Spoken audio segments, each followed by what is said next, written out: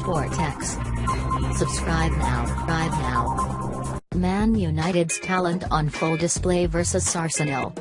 Crystal Palace boss Roy Hodgson insists keeping the Eagles in the Premier League would be his greatest ever escape.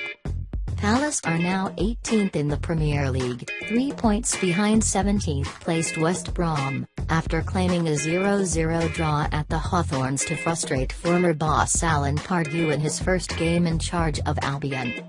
It extended the Eagles' unbeaten run to 4 games and pulled Hodgson's side off the bottom of the Premier League on Saturday.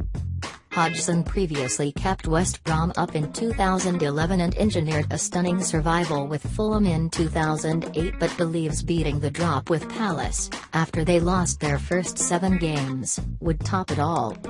"Yes, it probably would be, funnily enough," said Hodgson, who replaced Frank de Boer after 5 matches. "West Brom were heading for the relegation zone but were just above when I got here. We did well and took 20 points from 12 games to not only stay up but finish 11. At Fulham I think they were doing pretty badly when I came, and after the first 4 games they were doing a damn sight worse as we lost 3 from 4. We had a spell where we had to pull ourselves out of a hole.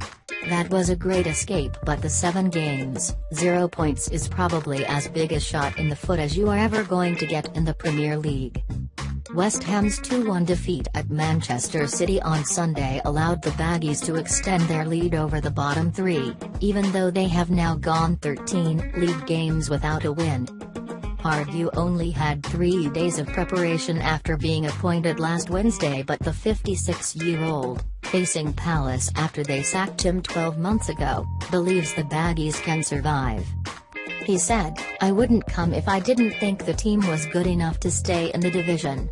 Of course we've got to prove it. We showed signs with a lot of big players missing that were really encouraging. It would have been lovely to get the 3 points. We haven't got them.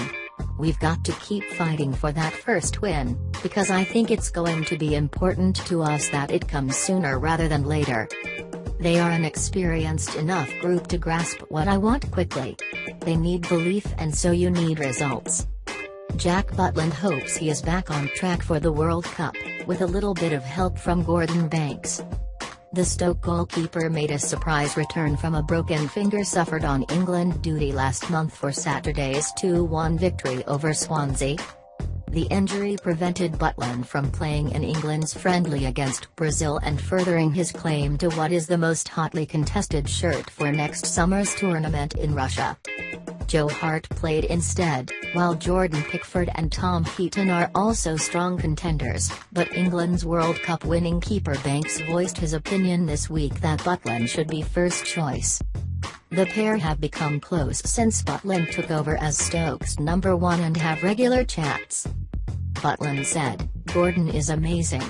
I speak to him every other week nearly. He's always got my corner. He's a great person to have on my side. He called me after I broke my finger. We don't have technical chats, we just have a nice chat. We've had chats about his England career and we've spoken about the World Cup back then. But he is really eager to know what it's like nowadays and what my routine is like.